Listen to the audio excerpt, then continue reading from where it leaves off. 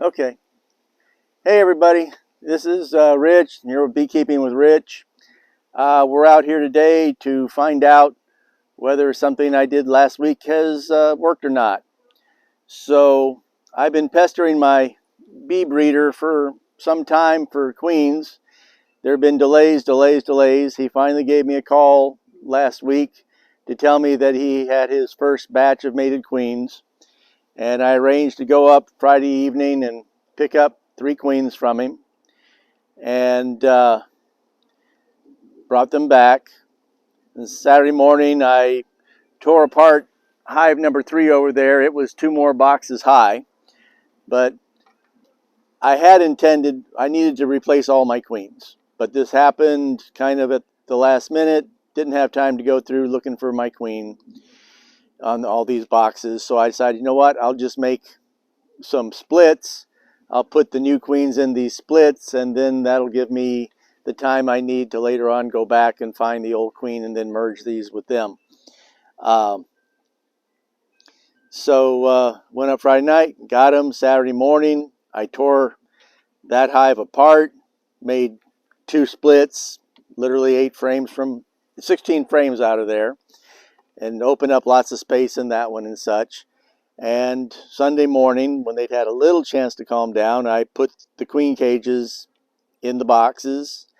And you want to wait at least 3 days before you check to see whether or not the queens have been released. Now, when I laid the queen cages on top first, and the bees clustered around the queen, but they didn't hang tight. You could push them off and they would just come back, push them off, they just come back. If they're being aggressive towards the queen, then you really can't just push them off like that. They'll resist. And in both cases, they were fine.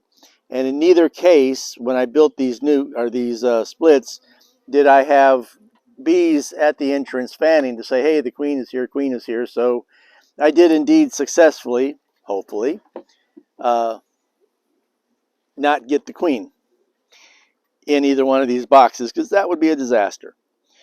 So we're going to take a look here, see how this works. You see a lot of beekeepers show you that they take the queen cage, they put it vertically, and they kind of mash in between 2 frames. I didn't want to do that. I use a different technique. Oh, and by the way, these bees are still not happy with me. We're out here in suits because they are unhappy bees.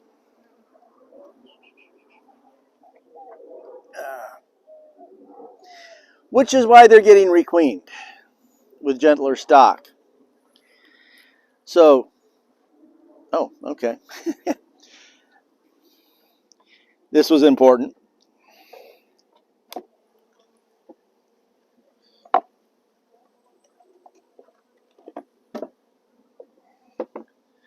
You'll notice, imagine, yep, they slurped it all down.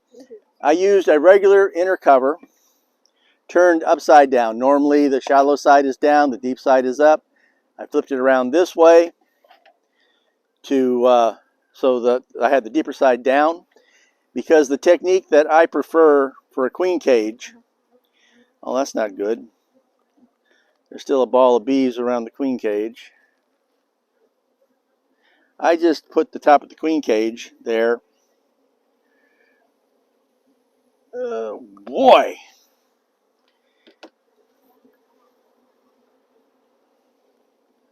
Wow.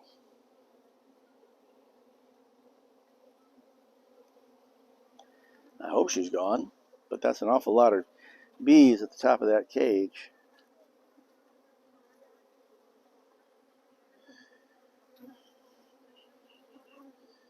Okay, well, the plug is gone. Let me see if the bee that was inside there was just a regular bee or whether it was the queen.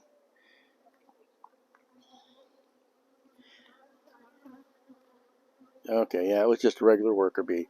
She's been released. We're good. The main point here being, I've never been a big fan of that whole mash the queen cell in there, but the reason that you can't use this trick, which is just take a piece of wire and slip it through the top and drop it down like that, is because you need a little bit of a space.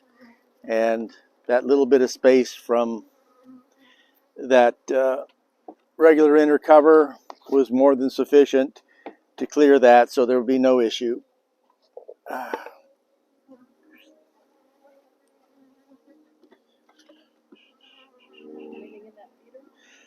It is sucked dry. And when I refill it, I will refill it with damp sugar and a little bit of pollen to give them a little. Oh no, it's not sucked dry. That's unusual. There is still a very slight bit out there, but unfortunately, as you see, it's low enough that they can crawl underneath here, but a few of them have drowned there. Or not. I learned once upon a time that sometimes the bees will drag their dead up and out and over on these. So we don't need, that's it for this one. Excuse me, ladies. I don't like that cage. Oh no, they like it too much because it's absolutely chock full of queen pheromone. That's Chanel number 5 for bees.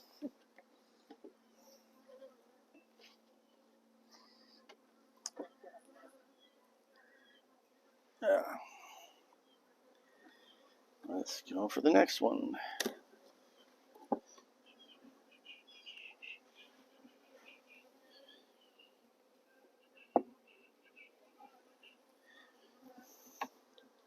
I happened to trim this off one day and just kept it, and it proved very useful here. I never throw anything away. I think they call that hoarding. Let's see if these girls propolis that up the way the other ones did, or whether we can get this out here easier. Yeah, looks like it'll be easier.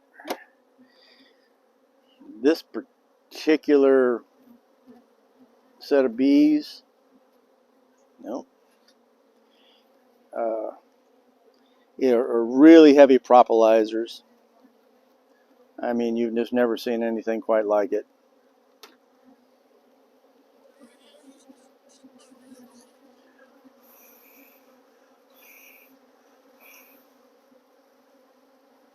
Okay, plug's gone, she's gone.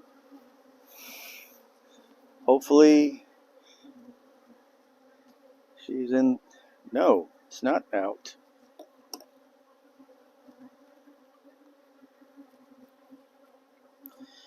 Oh my, she's still in there. Can you see the propolis plug? Not really. No.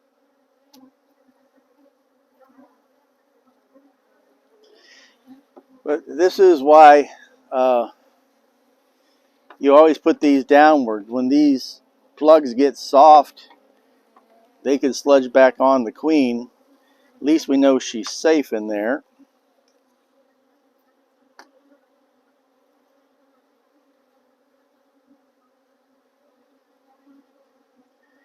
So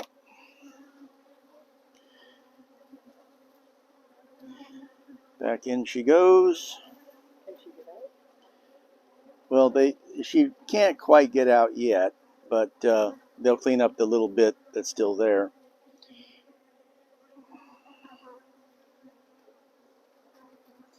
That's why you have to check. You can't make assumptions.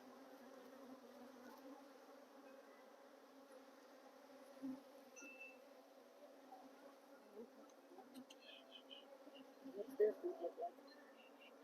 I'll let you know.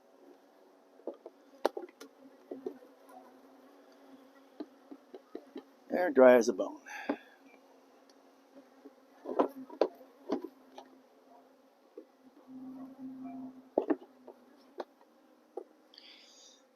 Again, I'll feed them a little while with moist sugar and probably put some over on one side. Some protein supplement. So the third didn't go into a split. This hive had gone queenless, and I had introduced a swarm to it whose queen had gone out, mated, and come back.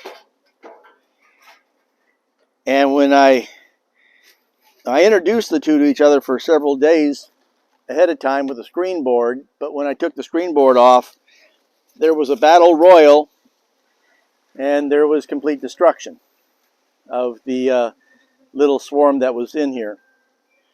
But there were lots and lots of eggs in there, and so I knew they'd be able to make an emergency queen with no trouble, which they did.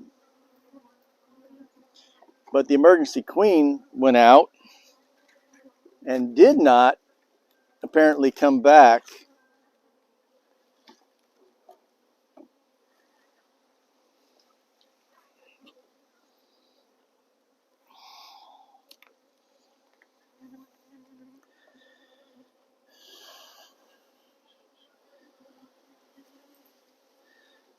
There she is. Okay. And that looks a whole lot more copacetic.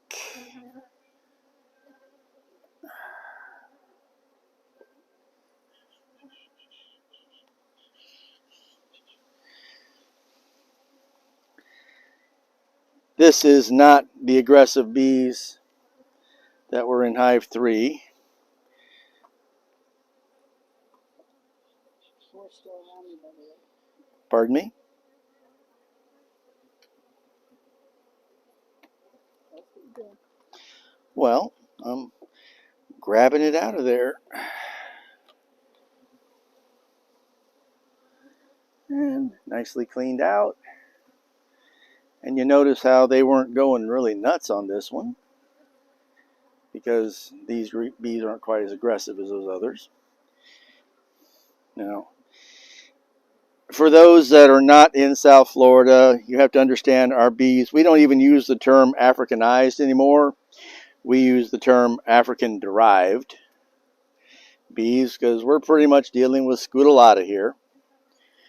Or the way I look at it, to me it's like we're... You need to put the box on top. No, that's right. Yeah, you're right. The way I look at it, we're dealing with the old German black bee that was originally brought over here all those centuries ago, because I've read descriptions from the 50s of the characteristics of the wild German bee, the black bee, and boy, they sound just like the descriptions of the Scutellata, and it sounds just like what we deal with here. These bees aren't crazy. They're very defensive if you're here immediately around their area. They don't follow you more than 30 feet, unlike true Africanized killer bees. You know, they don't follow you a quarter mile or anything like that. They pretty much give up after 30 feet max. What am I doing? I can't talk and chew gum at the same time, and I can't talk and do anything else at the same time. So, 2 of the 3 queens have been released. Hopefully they're in there. They didn't show any indication of swarming or balling them before. But, And when will you come back to the third one? well, she will be released now. I will probably, when I come back later today to feed the bees, I will probably take a look again, because by then I'm sure they'll have cleaned it up. Most of the time it takes about a day and a half with the fondant that Eric uses on his bees. So with just a little bit to clean out there, it'll only take him an hour or so to get this all scrubbed out. So that's it. 2 out of 3 were successful after 3 days. One of them still needed a little bit of cleaning out. That's why you come back and check them. You don't make assumptions. This has been Beekeeping with Rich. Have a great day. Like and subscribe.